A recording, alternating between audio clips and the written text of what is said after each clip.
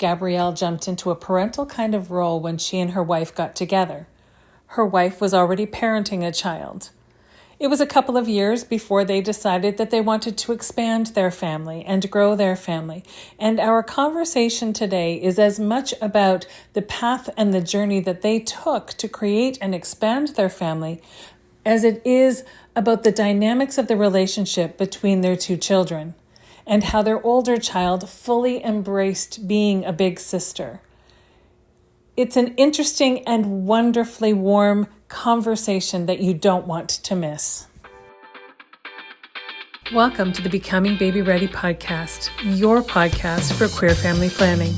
My name is Sam, and throughout this podcast, you'll hear me have conversations with professionals who work alongside people who want to start and grow their families, as well as parents of intentionally created families. Everyone I speak to identifies as being part of the 2S LGBTQIA+ community. This is your opportunity to learn answers to questions you didn't even know you had.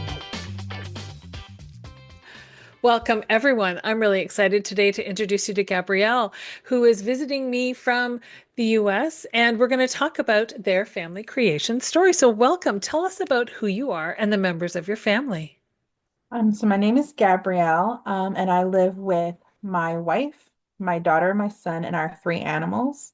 My wife's name is Shalita, and our kids are Aaliyah and Hendrix, and our animals are Merida, an orange cat, Hannah, a fat tabby cat, and Emma, who is a black Rhodesian Ridgeback. Wow. So you've got lots going on in that household of yours. Oh yeah, we finally got to the point where we outnumber the animals now. So It took some work, but the family has grown. yes. Um, so there are lots of different ways to create families, and you and your wife have gone about it in not necessarily the one baby right after the other kind of pathway. Tell us a little bit about how you made that decision and about your family creation pathway. So it kind of starts even before we met. Before we met, I was a single female living my best life. Um, Hmm. and my wife had kinship guardianship over a family member's child, and had kind of decided that was it. They weren't going to have any more. Hmm. And I was in my single life kind of deciding whether or not I was going to remain single with no children or be a single mom by choice. And then we met. And I had to have that conversation with myself of, is this going to be serious? Am I going to be a mom to someone else? And I obviously said yes.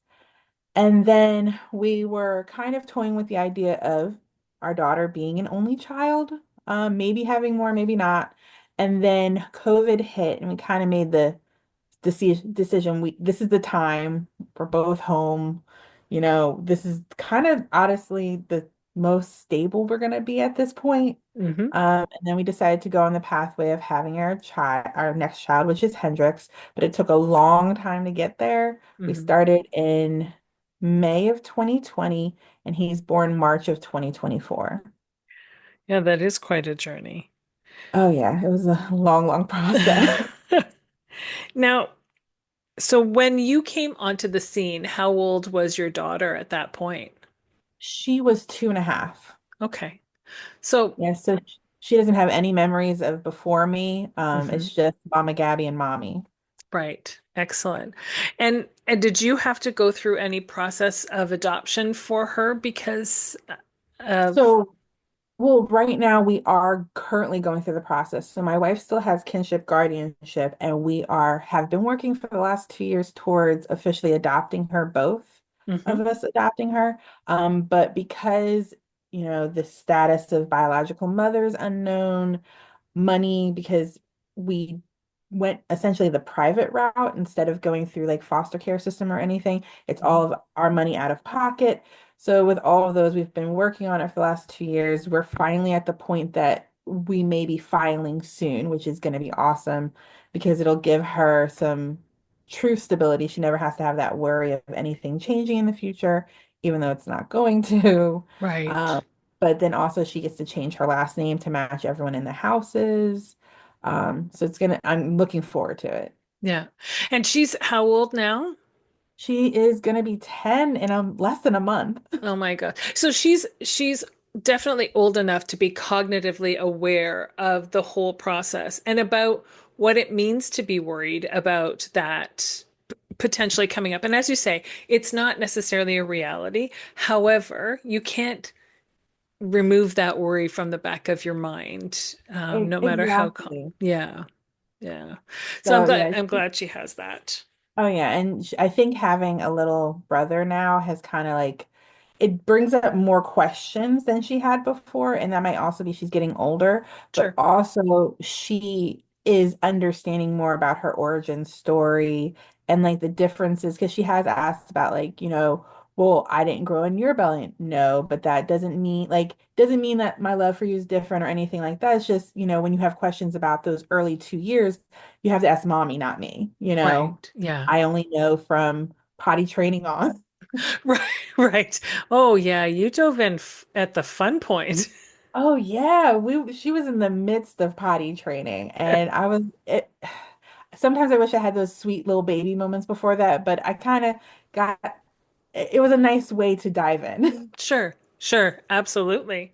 And so then you decide you're going to look at creating a family together, and that one that you have sort of stepped into.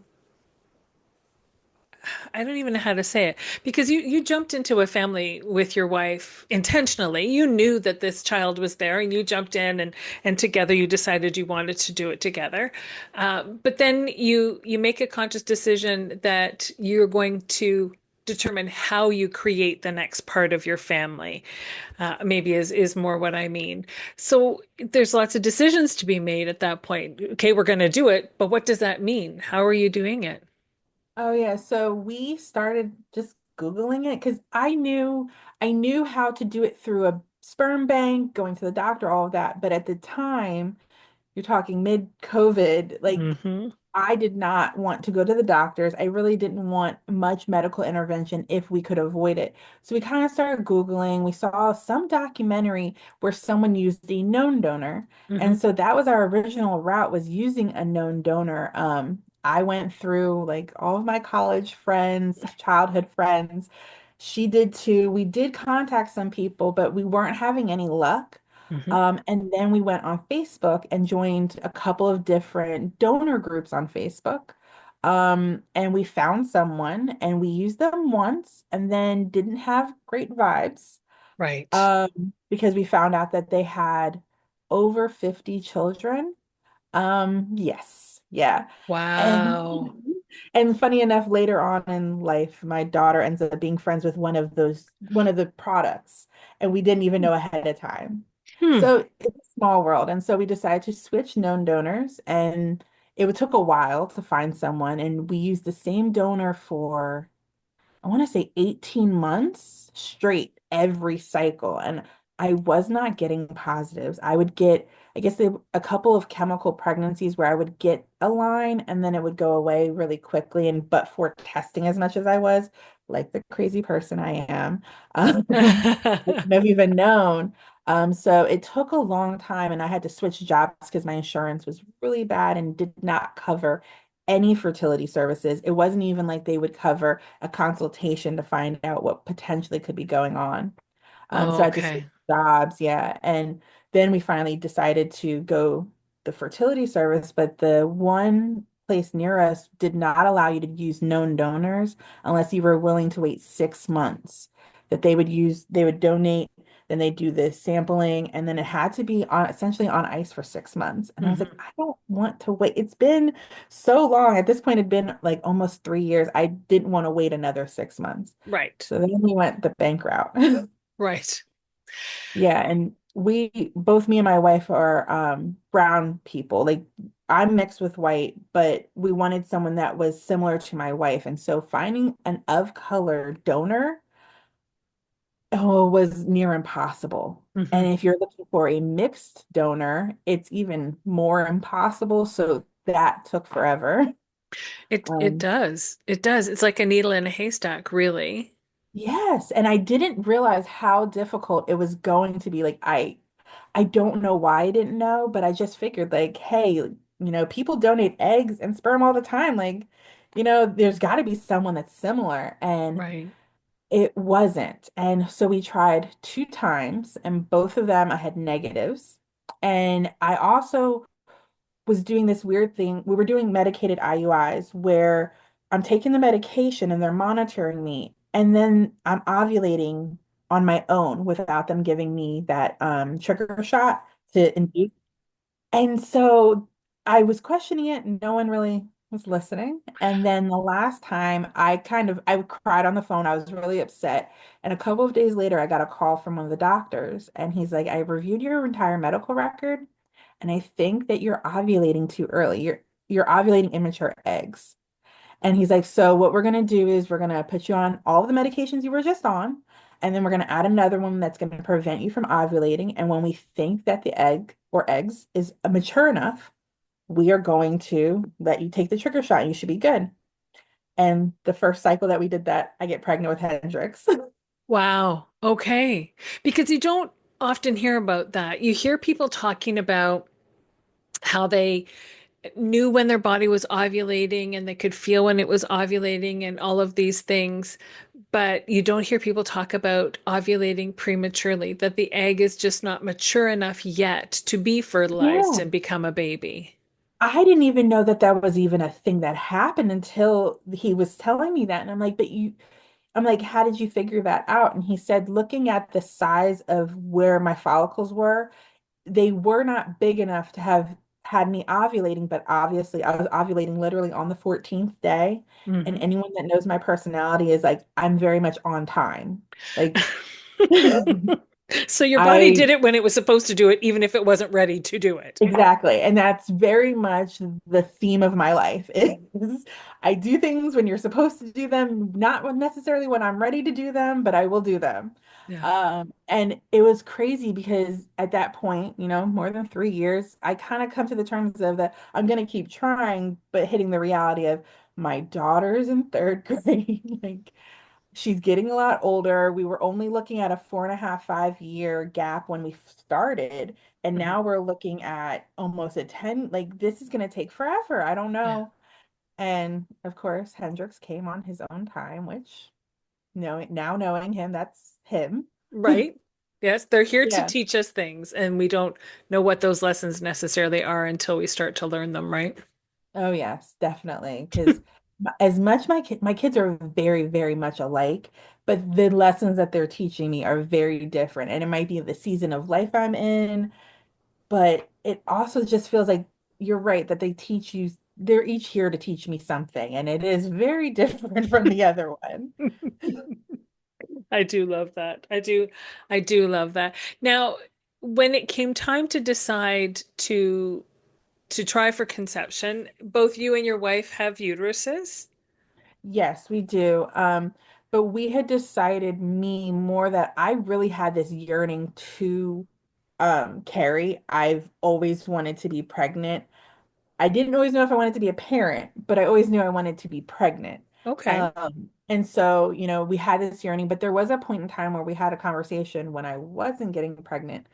Hey, would you be willing to? Do you want to? And, they were willing to, but there's a lot of baggage that comes with it on their end, Hmm. which was totally understandable. And they did try 1 or 2 cycles on when we were doing the known donor, because during the process, our cycles for once actually lined up. Hmm. So there were like 1 or 2 cycles where we both tried with Hmm. the same donor. But at this point, we've actually talked about adding a third and down the road, and we would like to do reciprocal IVF at that point using their egg, my uterus, um, which I'm looking forward to is just kind of figuring out timing and financing. Right. Because it's not without a significant amount of cost. No, like I was very lucky with my current job. Our fertility service was mostly covered. I paid out of pocket, I think, for the trigger shot and then my normal co-pays for the doctors. I didn't really pay for anything else, and I don't know why. I was very, very lucky. Right. Um, but that was one of the reasons why I changed my job was I was looking for a place with better benefits just because I knew what our goals were. Hmm. And I was lucky enough to find a place that I love my career and also it gives awesome benefits. That's amazing. And Yeah. that's, I mean, it isn't even just about family creation, but once you have that family, you want to have good benefits because you have to be able to care for your family. Oh yeah, like so both me and my wife actually now work for the same firm, just different offices. We do not work together. But we You do got to work be for the able to same leave place. work at work, right? Yes, exactly. Like we no, we would never work with each other or for each other. But the one great thing about our organization is we have great family life work balance. If I need to leave, there is not a guilting, there's not a question. It is what it is. And actually, during my pregnancy with Hendrix, I had him 6 weeks early, and I was in the hospital for 3 weeks before his birth. Okay. And it was a very my water broke very early. It was a random Sunday, and my job, I I didn't even know what to expect from them, but they had someone come to the off come from the office to my hospital room every day to have lunch with me, because I was in the hospital about 45 minutes from home. Oh. They after he was born, they bought me a crib that I didn't need, so then they returned it and gave me all of the diapers that one could need. Oh, good. Um, and they've been supportive, and you can't ask anything more of that of people you work with. Like they're not family, but they've treated me like I am, and it's awesome. Like I know how lucky I am to have a great job and then people I love to work with, even if it's having a bad work day. I love them. Yeah. Yeah. And that makes it easier for you to wrap your heads around the idea of further expanding your family because you don't know what Yeah. that will look like. You don't know how long that will take. You don't know if you'll labor early again or anything else. Yeah. So, Yeah, yeah. and it's nice to know we've got people behind us. And also my office in particular, everyone except for like about 3 or 4 people have little babies. Mm, There's always someone out on maternity leave in my office, which is actually pretty awesome because we all have kids around the same age. nice. And before getting pregnant, I had gotten kind of glimpses of what would work look like when I come back. How long am I going to be out? What kind of support am I going to have from the office? And it was nice because it wasn't something that I really had to worry about. Hmm. Literally, anytime something has gone on that might affect my job, I have been able to say, I'll figure it out. I don't have to stress about it. And I know a lot of parents that, it's hard. A lot of us don't have that support, that village around us where, grandma's going to go pick up the baby or someone's going to stay at home with the children while they're sick. Sometimes you don't have that and you have to be that person. And if you don't have a supportive work environment, Hmm. it makes it 10 times harder to do. Yeah. Um, and so we are very lucky. Hold on for just a moment. We'll be right back. You know about Baby Ready because you're listening to this podcast, so you know that we are all about queer family planning and helping you have the family of your dreams. But did you know that we don't abandon you once your baby arrives? We actually offer parenting coaching as well, and that's not just for the newborn phase, although we are there for that, but it's through toddlerhood and young children, tweens, and even through the teen years. When you need someone unbiased to lend an ear so that they can hear where your struggles truly are and help you come up with a path and a plan that feels truly right for you and your individual family, don't hesitate to reach out. We are always happy to be there for you. Visit us at www.babyready.info for more information. And so, how was your daughter when you introduced? Because you're right, there's a big age spread between them. It's not like it's 3 or 4 or 5 years, but there's, significantly more maturity on her level and development on her level. But there's also been an awful lot of time where she was an only child. So, how did Yeah. that play out? So we were actually really, really worried about it. And then, of course, when I was pregnant, I saw all these horror stories of like people not like hating their younger sibling. And so I was very worried about it. But I would say, like, during my pregnancy, she was very much protective over me and my belly. Like I remember her putting her arm out in front of me so I couldn't even cross the street a few times. I remember being like, I'm the mom. What's going on? Yeah. Um, but after he was born, I realized it was going to be a little bit better of a transition because when he was born, he was put into the neo-intensive care unit, NICU. Hmm. And when he was there, they did not allow anyone under 14 to enter, which meant Oh, our daughter couldn't. And so she couldn't meet him, and it really bothered her. sure. The first 2 days when I was in the hospital, she had kind of been used to me being in the hospital. So I don't think it was a big deal. But when I came home, it really bothered her that me and her other mom could go to the hospital, take care of the baby, and we'd come home to pick her up from school, and she couldn't go see the baby. But when he came home, she liked him. She would hold him here and there. She would ask to help with stuff, but she wasn't very in his face, loving on him, wanting to be all under him. And we were really not concerned, but we were kind of like, is this going to change? Is this going to be how it is? Yeah. But I'll say since he got mobile, since he started crawling, she has been a lot more wanting to be involved. Hmm. And taking the lead on some stuff, it's kind of funny. If he starts crying, she'll come out of her room and be like, what are you doing to my baby? And he prefers her over everyone. There's nothing that Aaliyah could do that would get Hendrix so upset at her. He loves her and she loves him. And like now that he's walking, because he's a little over a year, they like wrestle in the living room. He taught him how to open the doorknobs in our house. So Oh, that ended up good. biting her in the butt because now all he's doing is trying to get in her room. She has her moments. I've asked her, does she miss being an only child? And she says no.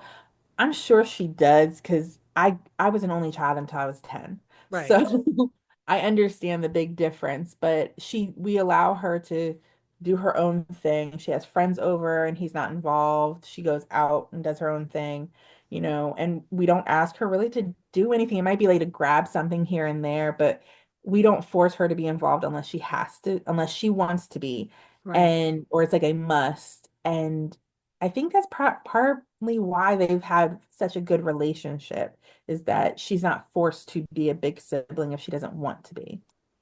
It's interesting you say that. I read a book when I was expecting my second child. So this was over 2 decades ago, and the book was old at the time. But the whole premise of the book started out sort of saying, when you're thinking about having another child, remember, your older child didn't ask for this. I mean, they may have asked for a sibling, but they didn't ask to be for you to have another child to take away from them. And so think of it Right. instead more like if your partner came home and you happened to be in a monogamous relationship and your partner came home and said, "Honey, I love you so much. I want another partner just like you." Most of us would be standing on the front porch with a shotgun saying, "Absolutely, bring him home. Let's see how this Exactly. goes." Right. And so that's sort of how we assume that children are going to respond to it, they're going to feel like you've brought someone in essentially to replace me, and it's Yeah. not the case at all. And so when we can let them have the relationship they want to have, which it sounds like you're doing, fostering that relationship, be as involved as you want to be. Don't be involved if you don't want to be. This is my baby. This is our baby. You don't have to babysit, change diapers, do bath time, feed the baby if that's not what you want to do. That's my Exactly. responsibility. And that's huge, but I think there's a lot of people who don't actually take the time to think about that. No, and I think for me and my wife, the reason we were so like aware of it is I have a brother who's 11 years younger than me, and my wife has a sister who's, I think, 14 or 15 years younger than her. So we Okay. both have those large age gaps, and we both come from similar backgrounds of finances. So we had to sometimes take responsibility for younger siblings, whether or not we wanted to. And I think that's one of the reasons why we're kind of like we don't want to force it. Hmm. And I will say that's the funny thing. I don't ever remember offering to my mom, can I bathe the baby? Can I change his diaper? I don't remember asking to do that. I Right. just did it. But she will ask, can I change his diaper? Can I? And I'm like, I mean, if you want to. I don't know why you would want to, but sure. And Yeah. she does. And she loves it. And I do know the love that she experiences from him. Like that is unconditional love. He doesn't even if she messes something up, he doesn't say anything to her. He can't say anything. Hmm. And he just loves, she's like the first person he kissed. He Oh, That's his, that he just loves her so much. And I know she gets frustrated because he's a baby and she wants her own space. sure. But we try to give that to her as much as possible. But he's in the age where he's like escaping, like not out of Right. the house, but you look at him, he's there. You turn away, and 3 seconds later, he's not there anymore. And he's on the clear on the other side of the building. Yes, yes. Yes. And he's running. He's just full on running at this point. So I mean, he does get into her room every now and then, but we've got a blockade going. Yeah.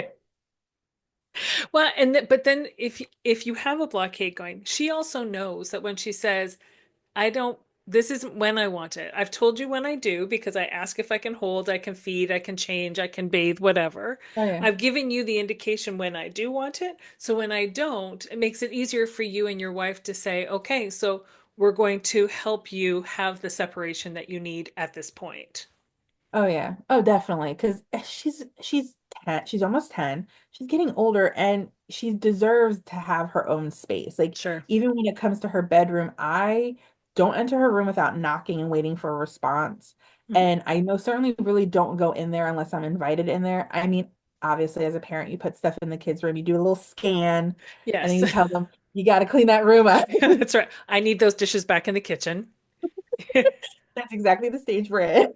Yes, yes, been there. And so, I mean, yeah, but I really try to, she's her own person. What she's into is, what she's into. Like before I got on the scene, my wife very much dressed Aaliyah in gender neutral clothing. And we did the same thing for Hendrix the first couple of months.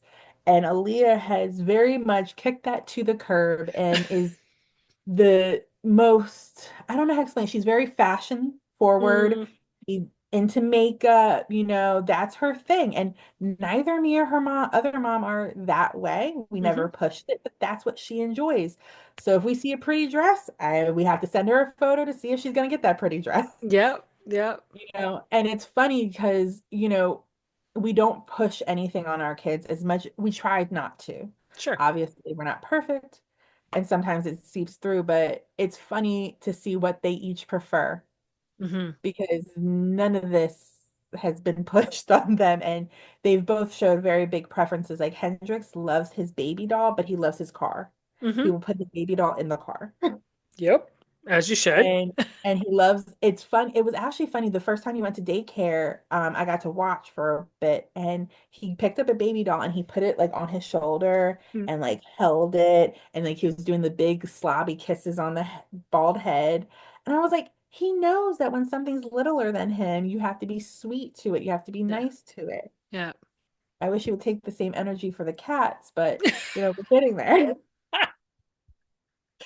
One thing at a time, Mom. One thing at a time. I would say Aaliyah's transition with the baby was a lot more easier than I think some of our cats, our animals are. That's not unusual from what I've heard. And cats Oh can yeah, be especially temperamental.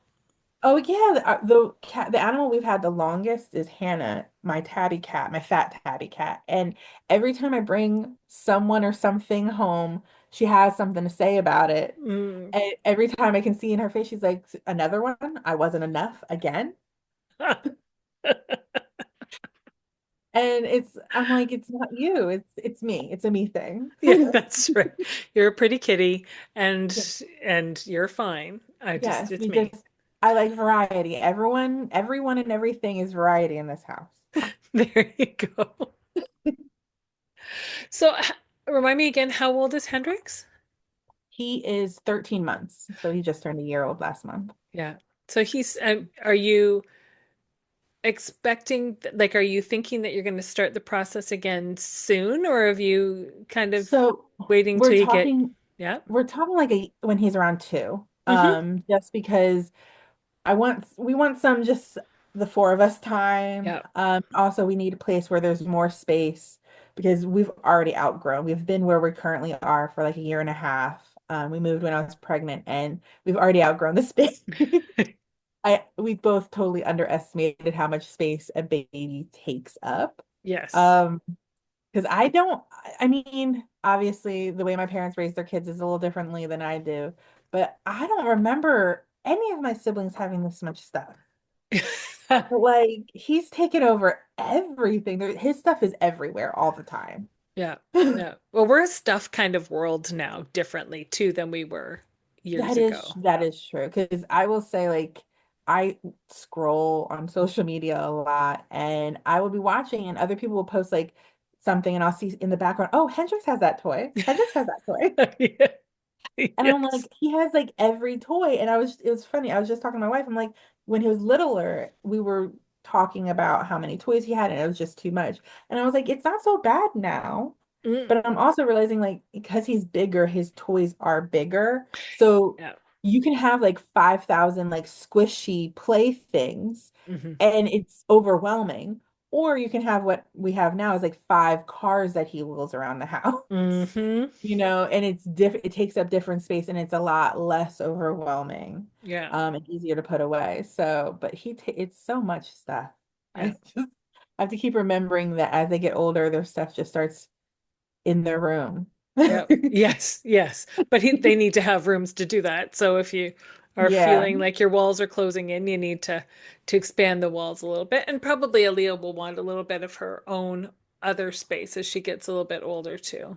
Yeah, I think right now she's missing the living room not being so baby because like we have a lot of his big toys and his Yeah. playpen in there, and so it's taking up a lot of room. So it's not that much fun to just chill in there. Hmm. And I know that I can kind of see it like she tries to, but it's so hard, and Sure. I feel so bad. But we are luckily she's in her own sports and activities, so each one of us kind of does get alone time with her, Good. and do stuff because she was always like having one is a lot different than two. Because like one, you just kind of like take them and go. But with Right. like two, I don't know why. It takes like an hour and a half to get out of the house. And you're always trying to put shoes on someone. And Right. Right. it's just so, yeah. So I know she likes when the whole family's together, but she's been getting a lot more, even now I think she gets a lot more one-on-one time with me and my wife, like on our own, than I think Mhm. she did before the baby got here. Because before it was just the three of us, like Right. So you just did things together as a trio. exactly. But now I think she gets more one-on-one, which I think is kind of cool because you're seeing the different relationships within the family develop, and we each bond with her over different stuff. Hmm. That's pretty cool. Yeah. As you look over your years of parenting, both, what would you say is your very, very favorite part of this whole journey and process? Watching them grow up, and I know that's like such a big thing, but seeing the things that you instill in your kids actually happening. Hmm.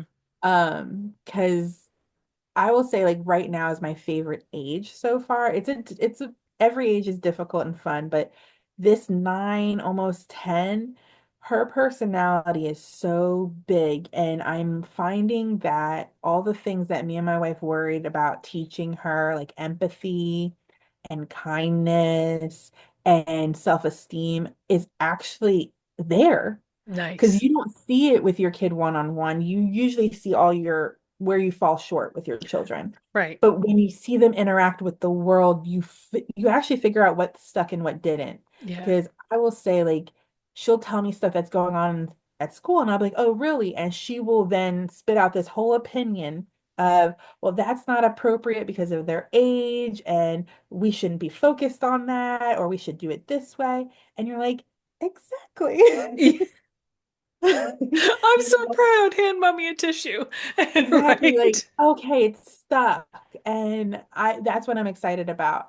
And I also just like seeing them learn, like they're people. Like Hmm. Aaliyah will ask to make her own eggs. We've taught her, she's watched us, she's been a part of the kitchen, and she now wants to participate on her own and do that. And Hmm. it's cool because you know that at least when she goes to college, she can make herself eggs. Right. Like she at least knows this, and we can Yes. only get better from here on out. Yeah. But it's comforting to know like they're learning to do it on their own, and they want to do it on their own too. Yeah. Yeah. And it's It's something that you'll probably see with Hendrix that he'll watch Aaliyah and he'll want to do things even sooner than she did because she's doing them and she's his role model in life, Oh, right? oh yeah. He was an early walker, and I'm fully convinced it's because Aaliyah would walk away from him. And he was like, oh, I gotta catch her. That's Because like right. he watches her do something and he immediately is trying to do it. Meanwhile, he's one, she's nine. Like, bro, you're not gonna be able to do it. No, But he no. tries his hardest, and I think it's great because I know, like, looking at how my family structure is, I finished high school, I went to college, I went to law school, and my brother, who's 11 years younger, he's now getting his master's. And it might be because he watched someone else do it. And he Mhm. knew me as a kid. He knew the stupid stuff I would do, and I still was able to achieve that. So why couldn't he do it? Yeah. And I will say that my brother, even though he's 11 years younger than me, he is more responsible than I ever was at that age. Hmm. And he's so smart and he's so thoughtful on how he does stuff. And it's great. It's kind of cool because I'm the older sibling. I don't really only know things from my perspective, Right. but like seeing how I might have molded or helped my little Yeah. brother, it's kind of cool because I'm seeing it happen again with my kids. Yeah. And because I know that my older one, she has retained the stuff I've taught her, Yes. I'm not so worried about the younger one because I'm like, he's now not only getting it from me and his other mom, but he's also getting it from his sister. Yeah. And so it can only, get better. It's an interesting point, and I wonder how much of that is because you don't have that same you're emotionally invested in a sibling 100%. You're emotionally invested in a sibling, but you're looking at them very differently than you would looking at them as a parent. And so they look to you like your brother looked to you and saw you as being a sibling, not as a parent. And you may have done parental types of things like changed his diaper and looked after him when there was nobody else to, and all of that, but Yeah. you did it as his sibling. And so he always that just makes it that much more a goal to strive towards. Yeah, and I feel like it seems like it's a doable goal Hmm. because someone who comes from the same or similar background did it. Yeah. And so why not you? Why not? Yeah. And I think it's really amazing, but then they also learn the lessons of the older sibling too. Like my little brother, I in undergrad I did not get a lot of loans, but in law school I got a lot of loans. It's a As, very expensive experience. sure. My brother went out of his way to make sure he did not incur the same expense that I did. Yeah. And I wish that I had thought about it the same way that he did. And maybe I would have had I seen someone else go through it. Yeah. But and I think that's part of his responsibility is I'm always a very open, honest person. And so he has seen the good and the bad of my decisions. Yeah. And he has not made any of the mistakes I made, which is nice. Absolutely. See, and if nothing else, then that's something to be proud of about that dynamic of a relationship too, right? Oh yeah. Yeah. And he will come to me. It's funny because it's not parental, but it feels like it's parental sometimes because he'll come to me before he goes to our mom about stuff. But a lot of it has to do with how am I going to package this so mom's not upset? Right. Can you help fix it for me before mom finds out? Yes. So we might not have had that like being really close in age thing where we're like doing shenanigans together and hiding it from mom. But we still do have the talking to each other. And as an adult, he has lived with me and my family. And so he understands he should probably wait until he's older to have a family. Yeah. Because I'm not a young mom, but I'm happy that I had my 20s Yeah. because I don't know what I would have done without that. Hmm. Absolutely. Right. That's a time to find yourself, right? And determine what's important to you on a life path and things like Oh, that. yeah. And to experience life. Sometimes you just need to experience life to figure out what you want and what you don't want. And Hmm. it helps you teach another generation of children, like, that might not be a good idea because, I did it and XYZ happened. That's right. And I will say that my mom did that with me with telling me her real life experiences, and I do it with my kids now. Hmm. Like, I'm not perfect. I don't try to be perfect. And I No. think not thinking your parents are on this pedestal is a lot. You look at them more humanistically, I Hmm. guess. And I think that like if I mess up and I get mad and I raise my voice, I apologize afterwards. So my Right. daughter knows, like, yeah, you shouldn't raise your voice, but sometimes it does happen. But you need Right. to take ownership of it and apologize to those that were affected, because shouldn't be that hard on herself when she messes up. Yeah. But you also need to fix whatever you did mess up. Yeah. Yeah. So, Knowing your parents aren't fallible, or they're not infallible, rather, oh yeah, is a huge part of making your parents feel accessible to you when you need them. yes, oh Right. yeah, Yeah. and Aaliyah is just the cute. She's just the sweetest thing, and she tries to be an open book.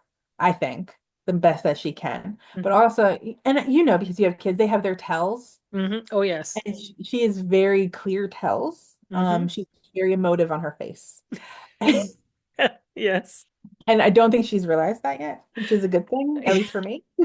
That's right. Hold on to that as long as you can, right? Oh yeah, I'm not gonna let her know that's her tell because the second she figures it out. That's amazing. I'm going to let you get back to your day. I just wanted to thank you so much for taking the time to chat with me today and telling everybody about your family and sharing your experience of a broader age spread between children, because as I say, those aren't the stories that we hear so often, but they happen by Yeah. dynamics, by family change ups, however things unfold, and we need to think about that too. And your story is a beautiful one. You've got a gorgeous family. It's so great. Thank you. And thank you for welcoming me on. I really appreciate the opportunity. It's amazing. Are you comfortable sharing with listeners your social media handle so they can watch your family grow? Oh, yes, definitely. On Instagram, it is queer.quirky.cool. Yep. And on TikTok, it's the same thing. Excellent. Perfect. I will make sure that's in the show notes. As a queer individual with colonial lineage, I want to first acknowledge the land upon which I live and work. Being from what is now known as Burlington, Ontario, I recognize the original ancestry of these lands as they span from Lake Ontario to the Niagara Escarpment and beyond. These lands are steeped in Indigenous history that benefits my community every day. The territory is mutually covered by the Dish with One Spoon Wampum Belt Covenant, an agreement between the Iroquois Confederacy, the Ojibwe, and other allied nations to peaceably share and care for the resources around the Great Lakes. I would like to acknowledge that the land on which I stand is part of the treaty lands and territory of the Mississaugas of the Credit. The land dictates everything about our ways of being. Particularly, the land teaches us about fluidity.